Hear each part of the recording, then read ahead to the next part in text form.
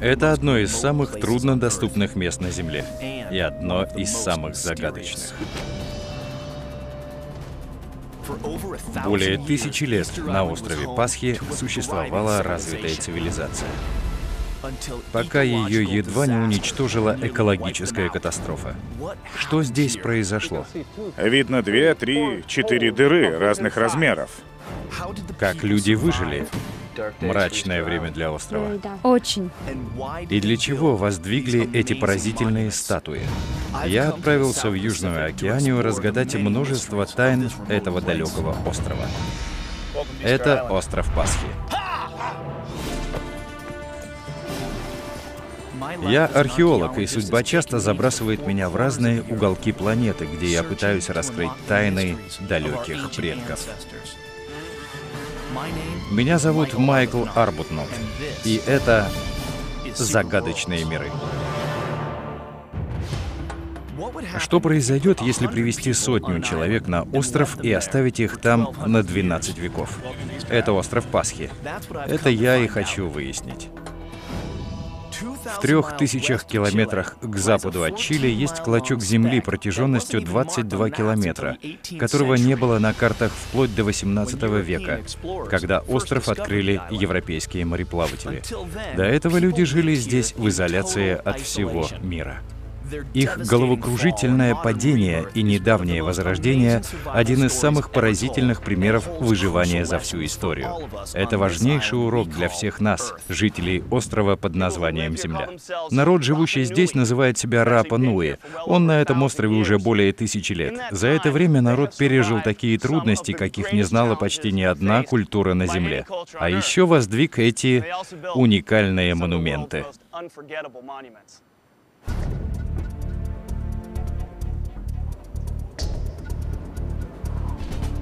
Большинству людей остров Пасхи известен благодаря этим каменным изваяниям.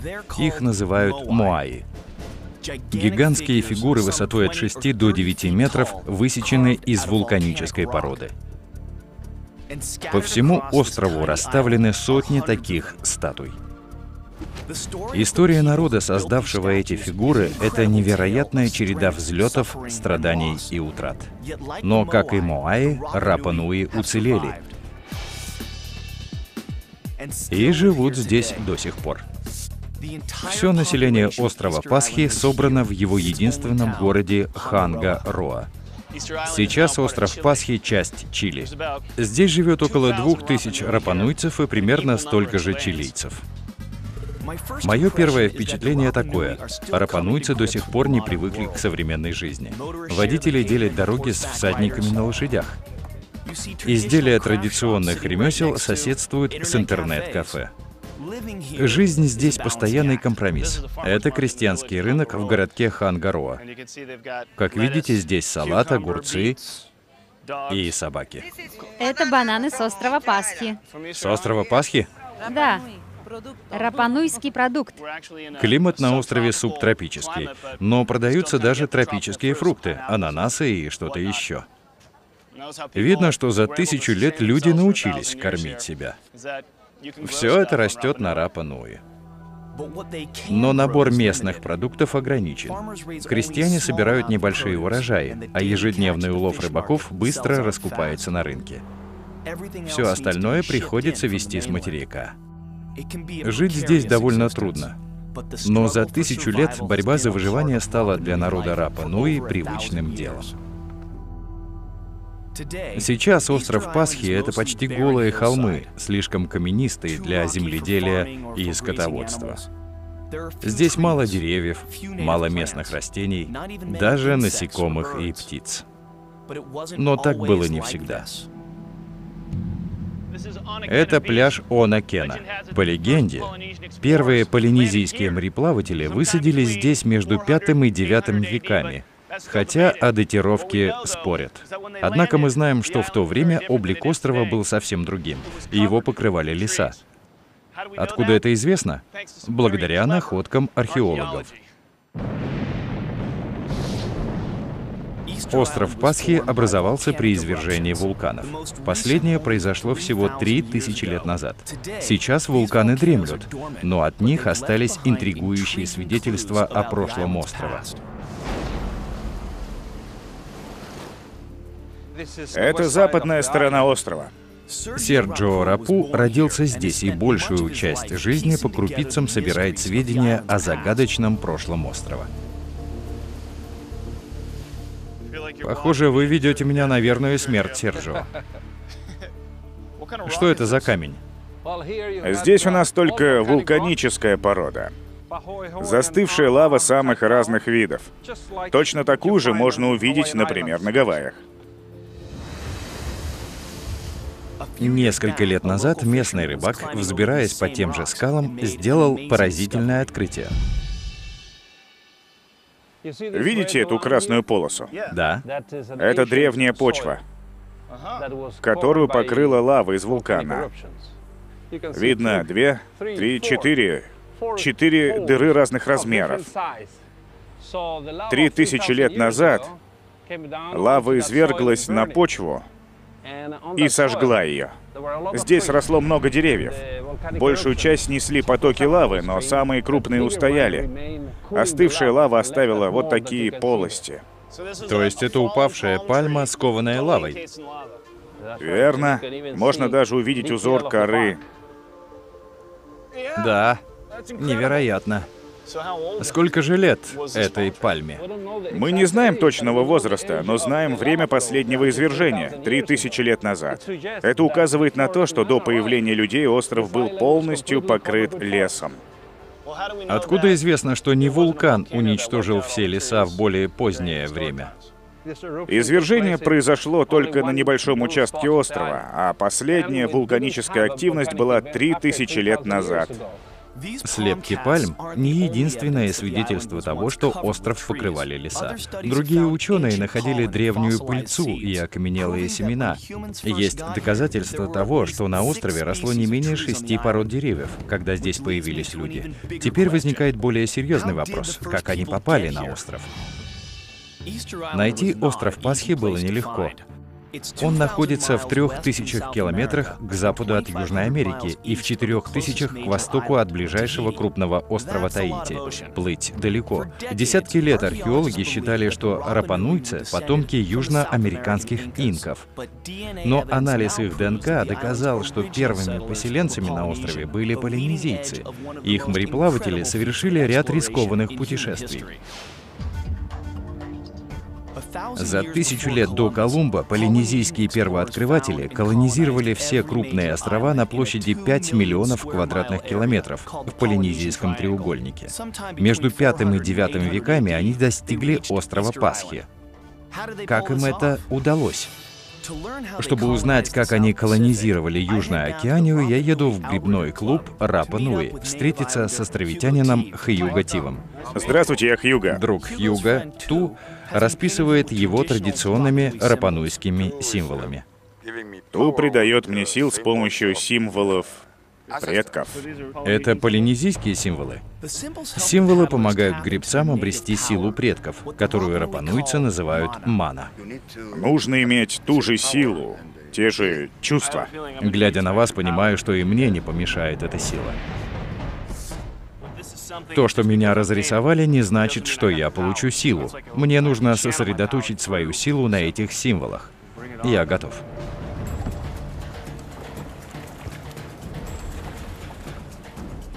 Полинезийцы издавна пользовались такими весельными каноэ для рыбалки, или, как сейчас, для гонок.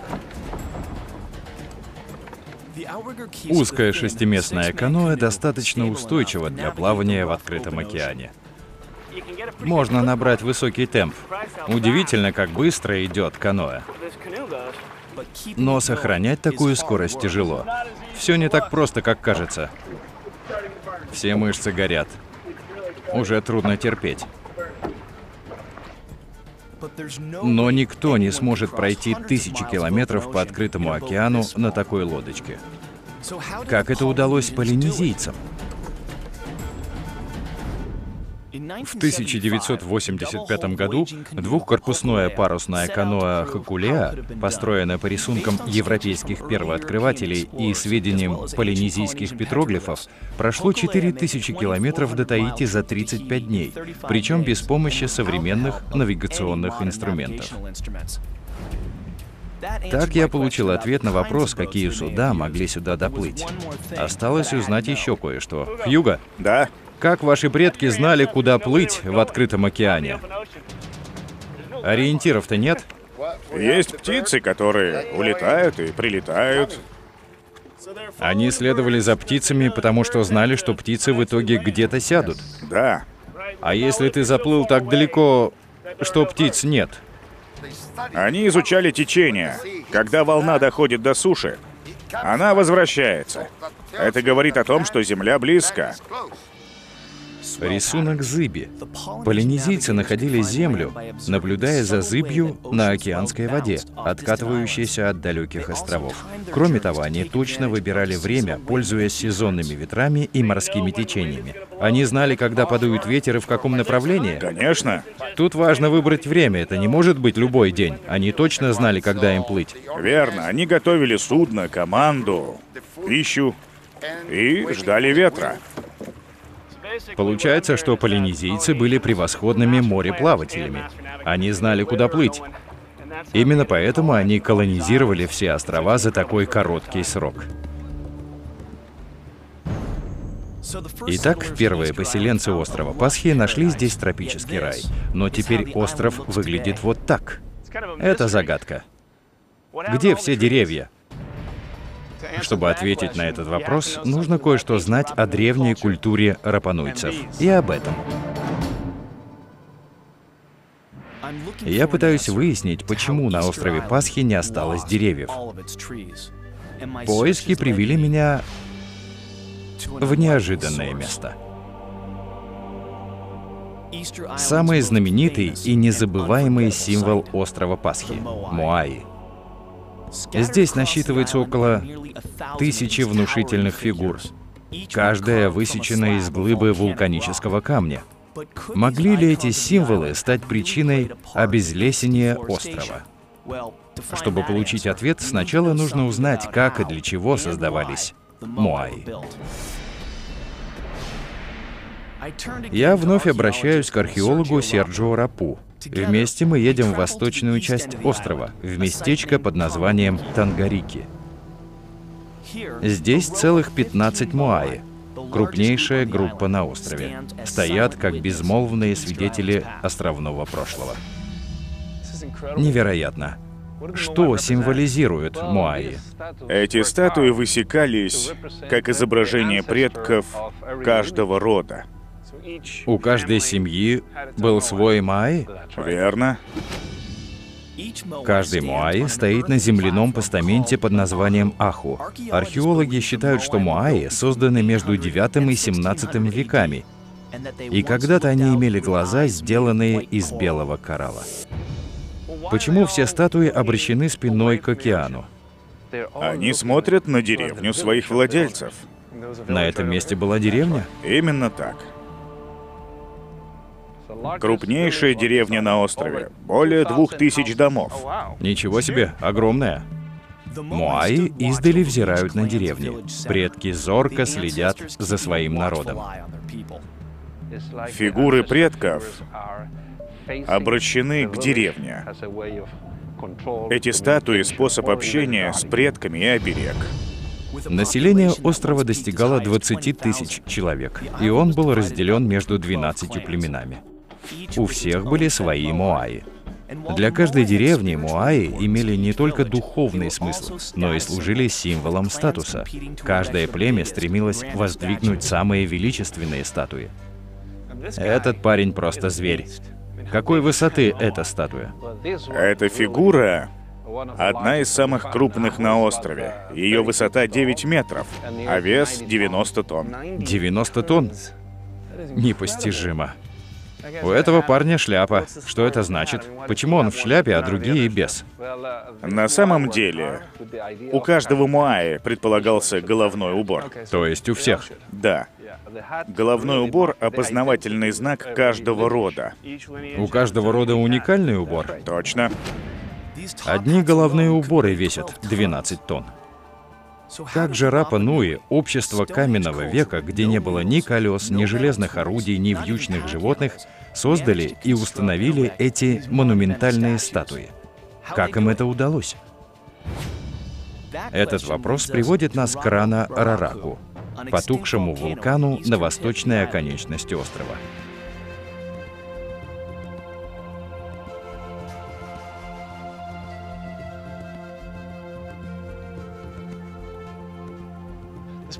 Фантастическое место. Что здесь делали рапануйцы? Это самый важный археологический объект на острове. Главная каменоломня.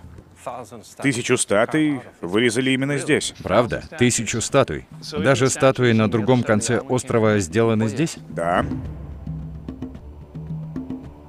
В каменоломне до сих пор есть незаконченные статуи, оставленные здесь. Они словно уснули на склонах. Это вулканический туф. Он состоит из спрессованного за миллионы лет вулканического пепла. Статуи вырезали прямо здесь? Да. Муай как будто вырастает прямо из скалы. Видны голова, тело. Обычно здесь высекали по 2, 3, даже 4 фигуры сразу. Как их высекали? Инструмент, с помощью которого этого делали, очень прост. Он выглядел примерно так. Камень. Да, камень. На самом деле это очень твердый камень. Это особый вид базальта. Практически у каждого рода был карьер с таким камнем. По сути, это каменный молоток. Более твердый камень разбивает более мягкий. Да, но он с острой кромкой. Представляете, фигуры высекали вот этим. Невероятно. По оценке Серджио, для создания всего одного такого муаи требовалась дюжина камнетесов. 12 человек с таким инструментом трудились год? Или больше. Больше? Да. Но нужно учитывать, что люди работали увлеченно, они этим гордились. Для них было важно не то, сколько можно заработать за месяц, а то, как приятно будет каждый день видеть эти фигуры перед своей деревней. Но высечь муаи — это лишь начало. Как же отделяли готовые фигуры? Когда статуи были готовы, оставалось лишь отделить их спины от скалы. Это последняя стадия высекания. Ага, то есть нужно было освободить затылок. Верно. Как же извлечь статую? Это рискованно. Перемычку стесывали и заменяли камнями. Камни подпирают статую. Да. Пока ее высекают из скалы. Опасно. Да, это опасная работа. После отделения муаи от скалы решалась сложнейшая задача — перенести статую к берегу и установить вертикально. Сначала ее спускали с холма по дорожке из мелкого камня. Статуя скользила вниз по склону, предварительно покрытому каменной крошкой. У подножия вулкана муаи ставили вертикально с помощью веревок, рычагов и мускульной силы. Сначала статуи ставили. А что потом? Потом начинали высекать затылок, плечи и спину муаи. Это последний этап. Именно так. Итак, статуя из вулканической породы готова, что само по себе подвиг. Но аху, разбросанные по всему острову, до некоторых почти 20 километров. Как статую перетаскивали к месту ее установки? Это важнейший вопрос, которым задаются многие люди в мире. В то время на острове была неолитическая культура, каменный век. Колеса еще не знали. Как переместить статую весом в 50-100 тонн отсюда до нужного места? Это главная загадка. Здесь пора вспомнить о деревьях. Есть давняя гипотеза, что муаи катили на бревнах, положив на спину. Некоторые историки считают, что высекание муаи превратилось в культ. Для перетаскивания статуй рапануйцы срубили все деревья на острове, что и вызвало экологическую катастрофу. Серджио с этим не согласен. Есть свидетельство, которое, по его мнению, опровергает версию о транспортировке на бревнах. Что здесь случилось? Это одна из статуй, упавших при переноске. То есть статуя опрокинулась и ее бросили? Да, упала. Поднять было трудно, поэтому оставили. Это единственная брошенная статуя? Мы нашли 92 статуи, лежащие ничком. 92? Сколько труда впустую. Древние рапануйцы переносили Моаи тремя основными путями, и на каждом полно упавших статуй, вроде этой. Эта статуя лежит лицом вниз. Как она могла перевернуться при транспортировке на спине? К тому же на земле нет никаких следов, указывающих на использование бревен. Так что я думаю, что их переносили каким-то другим способом. Чтобы подтвердить свой вывод, Серджио поставил эксперимент.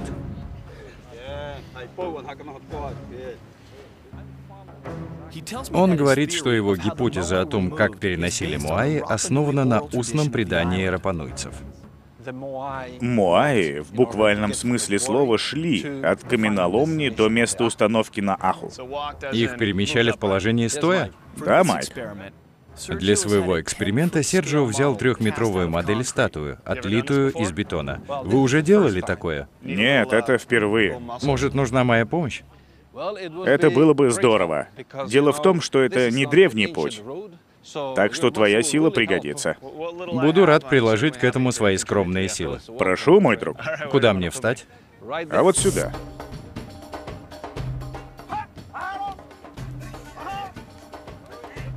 Несколько групп раскачивают Моаи. Потом с помощью бревна на поясе статуи ее двигают вперед. Еще одна группа подкладывает камни, чтобы статуя не увязла в грязи. Похоже, я понял.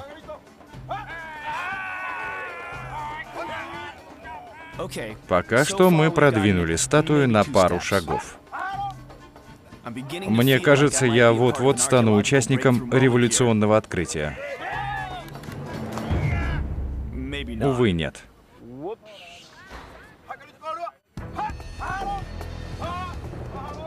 Я участвую в эксперименте с целью проверить, можно ли передвигать Моаи стоя. Пока успехов не видно.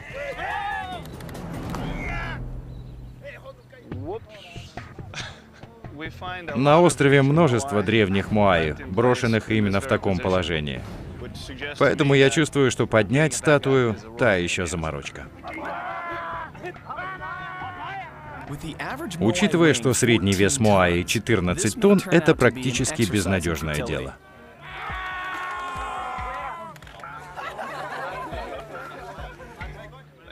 На данный момент решено попробовать поднять статую с помощью рычага. Под Моаи подкладывают камни, и в итоге статую должен поднять собственный вес. Время покажет. Как видишь, переноска таких статуй — нелегкое дело. Да уж. Оказывается, поднять Моаи непросто, что отчасти подтверждает гипотезу Серджио. Это объясняет, почему на острове столько брошенных статуй, причем все лежат ничком.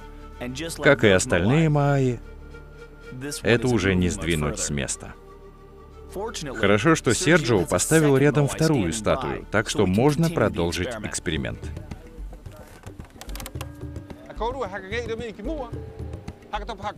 Не знаю ни слова по-рапануйски, а указания даются на этом языке.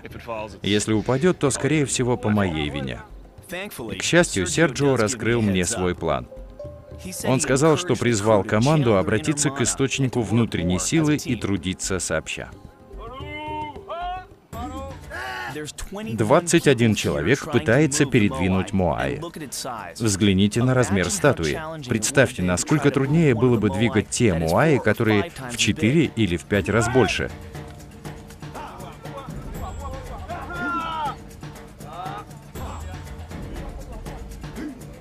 Статуя скорее ползет, чем идет, но мы смогли сдвинуть ее на 3 метра. Мы передвигаем Моаи сантиметров на 30 за минуту. Это 18 метров в час. Можно сделать вывод, что это возможно. В процессе эксперимента мы отметили целый ряд событий. Да.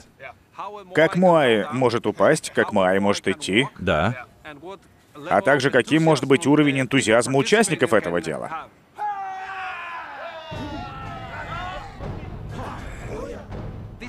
В эксперименте участвовало меньше людей, поскольку вес этой статуи в разы меньше обычного веса Моаи. Возможно, мы никогда не сможем доказать, что рапануйцы перемещали Моаи именно так, но это убедительная теория. В отличие от метода перекатывания статуй, в эксперименте Серджио потребовалось только одно бревно, что вызывает очередной вопрос. Куда делись деревья? Мне кажется, деревья исчезли из-за ряда факторов. Это влияние людей, а также климатические условия, которые со временем менялись. Серджио, как и многие другие, считает, что большинство деревьев вырубили, освобождая землю под пашню, чтобы прокормить растущее население острова. Сильная засуха, ставшая ударом для хрупкой экосистемы острова, возможно, погубила оставшиеся деревья. Я считаю, что обезлесение острова произошло по многим причинам. Моаи не виноваты, дело не в них. В процессе эксперимента я увидел силу духа рапануйцев, и захотелось больше узнать о людях, создавших статуи. Кем они были и какой была их жизнь? Изолированные от мира рапануйцы создали богатую культуру, передававшуюся в форме устного предания. Для знакомства с ней меня пригласили на ужин по-рапануйски. Вечер начинается довольно невинно. Мано на Оа и его брат Айо готовят земляную печь. Это называется ума? Умупай. Умупай. По-рапануйски это барбекю в земляной печи. Когда солнце стало садиться, я понял, что братья решили познакомить меня со своей культурой гораздо ближе, чем я ожидал. Это момент, когда про гордость нужно забыть.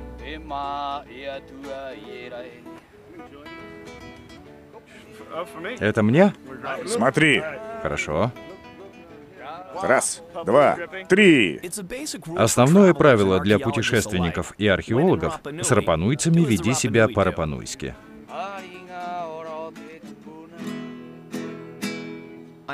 Теперь я точно чувствую свою мана. Братья постарались сделать так, чтобы я ощутил себя настоящим воином. Ты воин. Уже похож на рапануйца?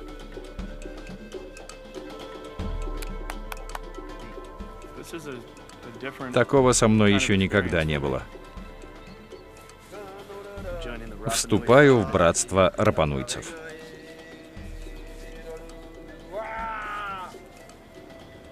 Некоторые из символов, которыми парни себя покрывают, можно увидеть и на петроглифах. Это повторяющиеся мотивы в культуре Рапа-Нуи.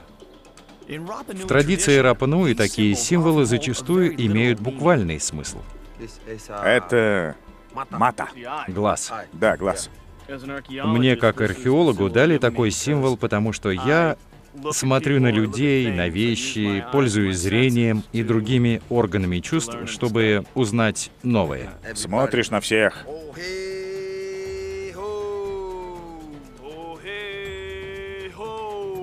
Да. Все, Майк, готово. Что сказать, чтобы пришла сила?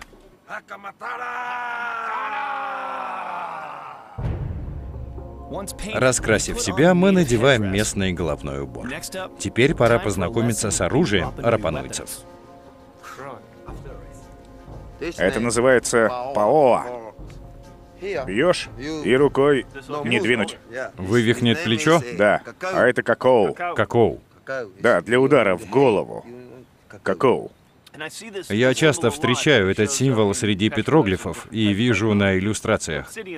Копье из обсидиана предназначалось вот для этого. И все. Вот эта раскраска, оружие, девизы, основа для манна. Понял? Это оружие воина. Да. Этот урок вызывает резонный вопрос. Рапа-Нуи были аграрным обществом, обособленным и не имевшим внешних врагов.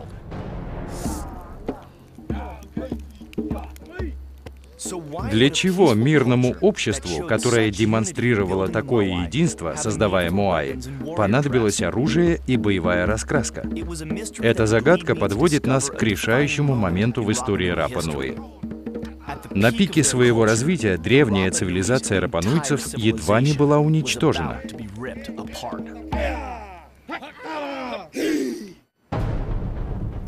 Примерно в 17 веке, в период расцвета цивилизации Рапа-Нуи, ситуация резко изменилась к худшему.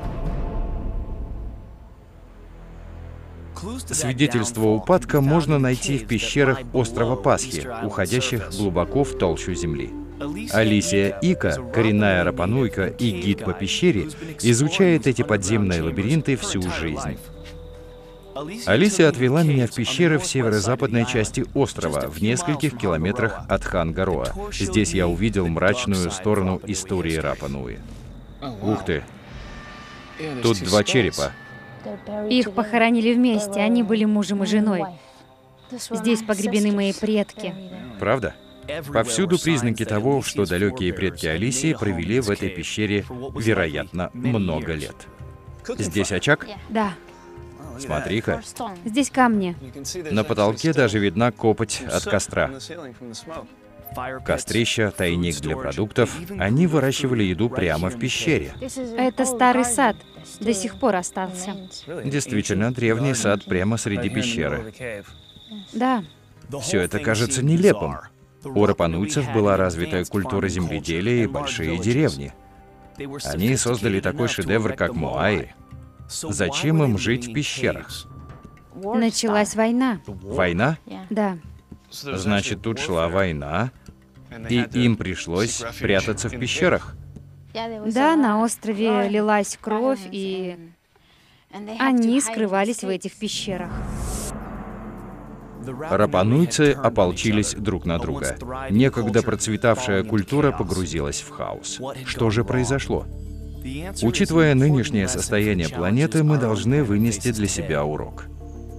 Остров Пасхи, когда-то утопавший в зелени, пережил экологическую катастрофу. Деревья могли исчезнуть по многим причинам. Но понятно, как эта утрата повлияла на рапануйцев. Без деревьев они не могли строить лодки и дома, поддерживать очаг, делать копья для рыбалки. Из-за эрозии почвы урожаи стали скудными. Еды не хватало. Рапануйцы сражались за то, что осталось. Моаи, некогда яркий символ чести и влияния, поверглись на землю враждующими кланами. Распространился голод, и некоторые островитяне превратились в каннибалов. Мрачное время для острова. Очень мрачное. Я по-прежнему это чувствую, даже сейчас с тобой. Не верится, что люди здесь страдали. Но это так. Свидетельств той мрачной эпохи почти не осталось. Многое из того, что нам известно, передавалось из уст в уста. Но события тех времен так глубоко отпечатались в культуре рапануйцев, что по сей день обитатели острова Пасхи помнят о страданиях своих предков. В какой-то момент положение на острове стало столь отчаянным, что художественная традиция полностью изменилась. Сейчас покажу. Сезар — резчик по дереву. То, что он мастерит, называется кава-кава. В XVIII веке здесь перешли от создания моаи к вырезанию вот таких изможденных фигурок. По сути, это трупы. Положение острова стало настолько тяжелым, что это выразилось в местном искусстве.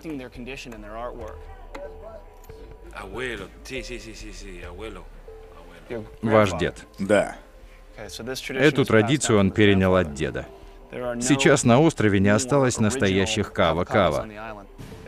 Их забрали археологи и антропологи и развезли по разным музеям мира. Но сама традиция до сих пор жива. Искусство Рапа-Нуи когда-то отражало целеустремленность народа, решительного, смелого, непоколебимого. Теперь, после краха, его дух сломлен. Осталось только мастерить деревянные фигурки. Но в самый мрачный момент своей истории рапануйцы нашли уникальный способ покончить с многолетними распрями. На южной оконечности острова находятся руины Оранга. В самый разгар войны племен, рядом с этой церемониальной деревней, у огромного кратера вулкана Рана-Коу возник причудливый ритуал. Древние петроглифы на краю отвесной скалы повествуют о состязании, придуманном враждующими племенами с целью выбрать единого вождя, чтобы на острове воцарился мир. Он назывался культом птицы-человека. Культ птицы-человека заключался вот в чем. Каждое племя выбирало одного участника, которого послали в Оранга. Когда состязание начиналось, участники должны были спуститься со скалистого утеса и доплыть через пролив до того острова. На этом островке гнездилась черная крачка, одна из редких птиц, прилетавших на остров Пасхи после исчезновения деревьев. Черная крачка считалась священной птицей, а ее яйцо — символом силы и плодовитости. Нужно было найти птичье гнездо, взять яйцо, привязать его к колбу, снова переплыть опасный пролив, взобраться по отвесной скале и вместе с яйцом предстать перед вождем своего племени, который в итоге и становился царем острова на целый год. Культ птицы-человека стал признаком того, что общество Рапа-Нуэ обрело некоторую стабильность и стало возрождаться. Но худшее было впереди. Рапануйцы приходили в себя после долгих лет голода и войны, когда возникла новая, еще более страшная угроза. В 1722 году народ Рапа-Нуэ столкнулся с суровым испытанием, несравнимым с обезлесением. В пасхальное воскресенье этого года здесь появились первые европейцы, назвавшие это место островом Пасхи. Серия высадок европейцев принесла бедствия, которые по своему размаху превзошли все, что пришлось пережить и без того обескровленному народу. Сначала огромную часть населения выкосили оспа и туберкулез. Затем, в середине XIX века, остров ограбили перуанские рабовладельцы, убив и увезя в рабство 1500 рапануйцев, половину населения острова. Спустя 10 лет здесь оставалось всего лишь 111 островитян.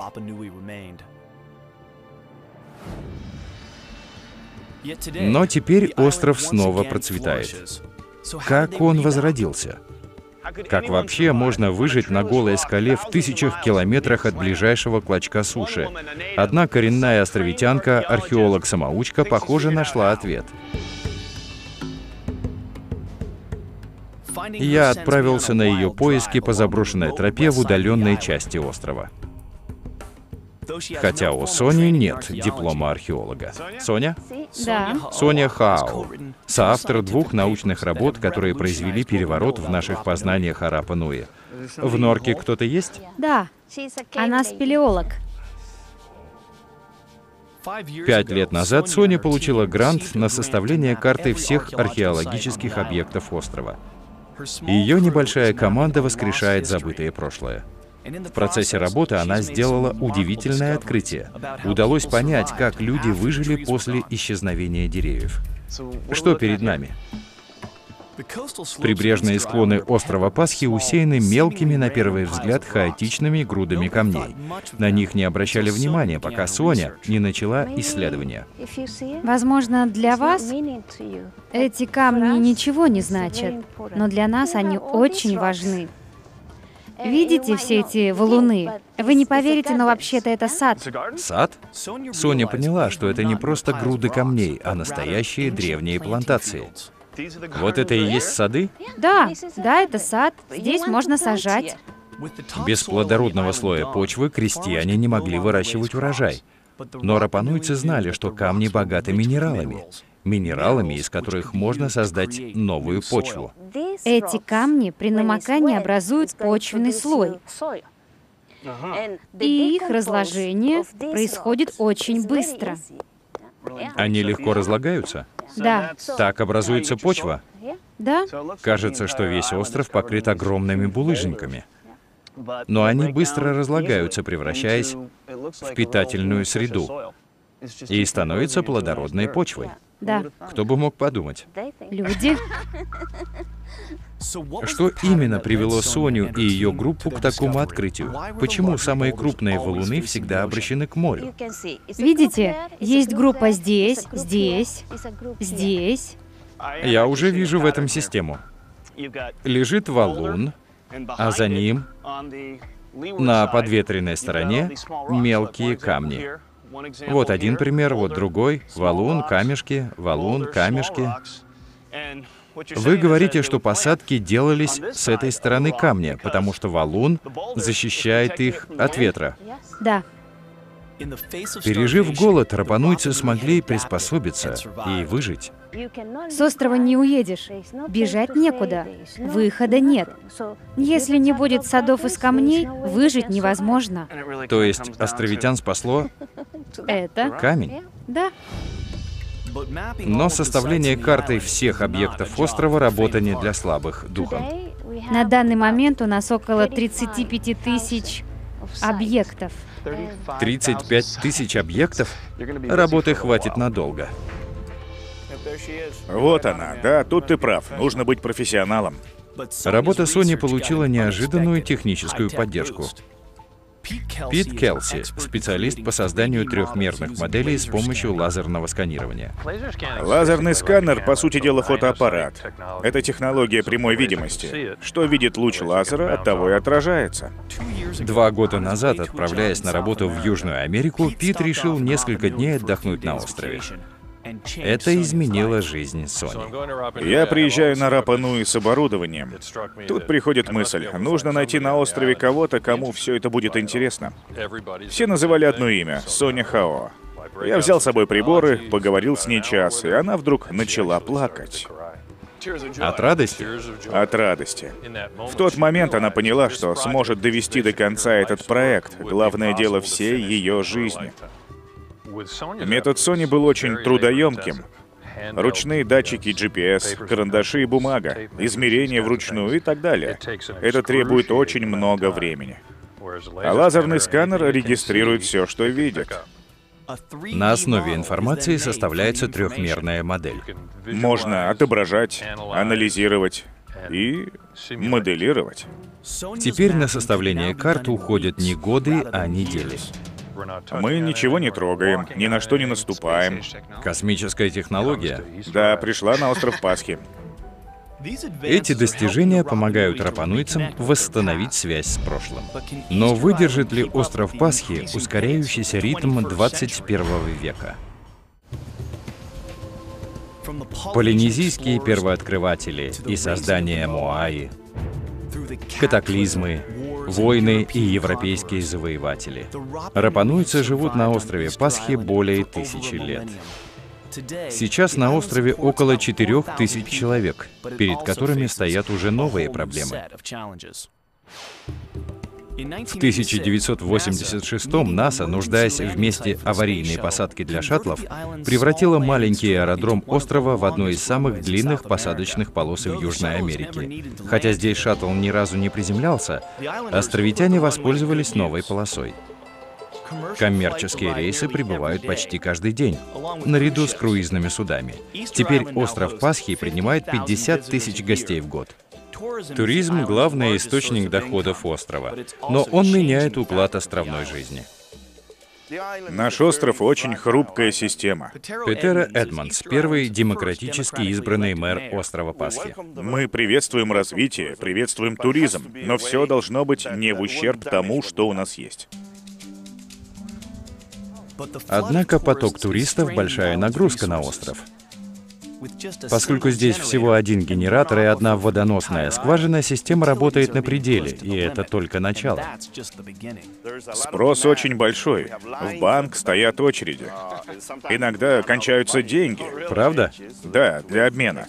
И приходится ждать очередного самолета с деньгами. 1,5 недели назад кончилась туалетная бумага. 15 лет назад у нас было 3 ресторана, а сейчас 31. Это может вызвать проблемы. Присутствие туристов, не говоря уже об океанской сырости, сказывается на Моаи. Статуи быстро разрушаются, и предотвратить это пока не удается. Тем временем резкое сближение с внешним миром начинает влиять и на мировоззрение островитян. Раньше мы смотрели на горизонт и фантазировали, каким может быть тот далекий мир. Сейчас он на 35 сантиметрах. Что это значит? Теперь перед нами стоят компьютеры.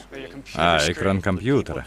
Сейчас люди гораздо быстрее приспосабливаются к тому, что идет извне, чем к своей родной культуре и традициям. Остров постепенно привыкает к современной жизни. Но среди рапануйцев все больше тех, кто желает вернуться к своим родным корням. Алисия? Алисия Ика познакомила меня с жительницей острова, которая не скрывает своей приверженности родной культуре. Ее зовут Мира Тера, Мира Тера. от слова «солнце». Мне нравятся татуировки. Мана. Сила. Так, а вот это что? Ранга-ранга — это шрифт. Рапа-нуи — что-то вроде письменности.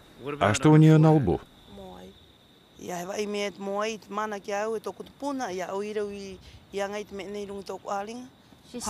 Она говорит, что покрыла лицо татуировками, когда ей приснился сон. Моаи сказали ей, что она поможет сохранить нашу культуру. С тех пор у нее татуировки на лице. Здорово. Я так понял, вы поете вместе?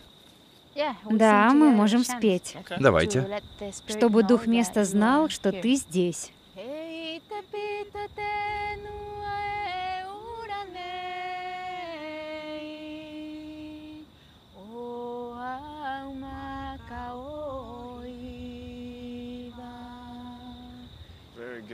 Очень красиво, большое спасибо. Должен сказать, это потрясающе. Для Мира Теры соединение с Моаи и предками важно в духовном смысле. Но Соня Хаоа установила реальную связь с прошлым. Это сад Сони, удивительный пример того, как мог выглядеть остров.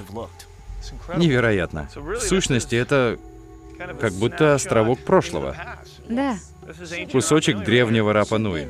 Так должно быть на всем острове. Для Сони культура Рапа-нуи, история и экосистема неразрывно связаны. Ее тревожит, что вместе с размыванием культурных основ островитяне забудут и суровые уроки, которые преподала им природа. Мы ничему не учимся. Ничему. Абсолютно ничему. Теперь у нас дома, машины и все прочие блага. Остров уязвим, мы все это знаем.